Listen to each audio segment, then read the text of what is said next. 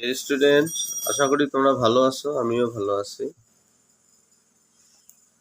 আজকে এসো অঙ্ক শিখি ক্লাসে তোমাদের স্বাগত। আজকেও সপ্তম শ্রেণীর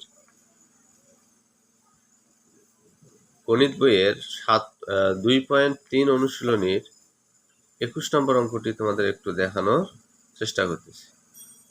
তো চলো আমরা অঙ্কে যাই।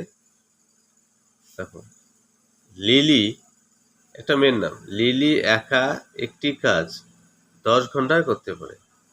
সে একটা কাজ আছে, সে 10 ঘন্টায় করতে পারে। মিলি একা ওই কাজটি, এই মিলি যে কাজটা করে, লিলি যে কাজটা করে ওই কাজটা মিলি একাই 8 ঘন্টায় করতে পারে। এর শক্তি বেশি, সেজন্য এ 2 ঘন্টা আগে কাজটা শেষ করতে পারে। এর শক্তি কম, এই জন্যে এ 10 ঘন্টায় করতে পারে, 2 ঘন্টা বেশি সময় লাগে। মিলি ও লিলি একত্রে ওই কাজটি কত ঘন্টায় করতে পারবে? দেখো, মিলি ও লিলি একত্রে ওই কাজটি কত ঘন্টায় করতে পারবে। এখন দেখো, লক্ষ্য করো,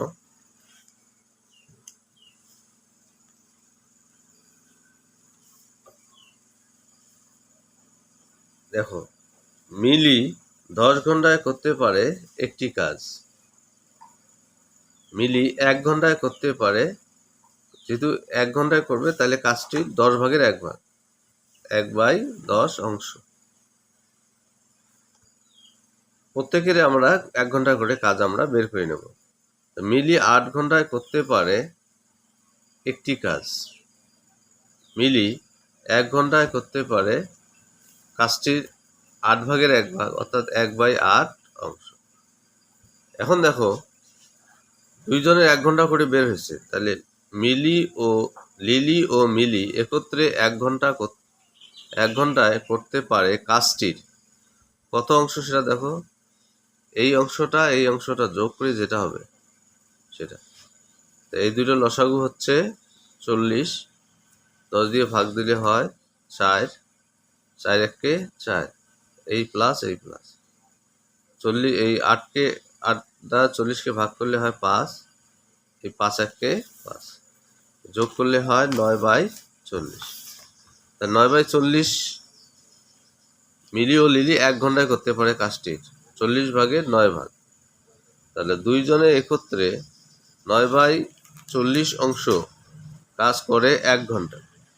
তাহলে সুতরাং দুইজনে একত্রে 1 অর্থাৎ সম্পূর্ণ কাজ, 1 বা সম্পূর্ণ অংশ কাজ করতে পারে। যেহেতু ভগ্নাংশটা ভাগাকারে বসবে, সেজন্য গুণ দিয়ে 1-এর সাথে গুণ দিয়ে উল্টি দেওয়া হলো।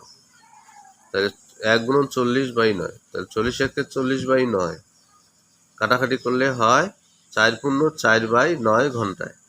উত্তর দেখো, 4 পূর্ণ 4/9 ঘন্টায়। আজ এই পর্যন্ত। ভালো থাকো, সুস্থ থাকো, আল্লাহ।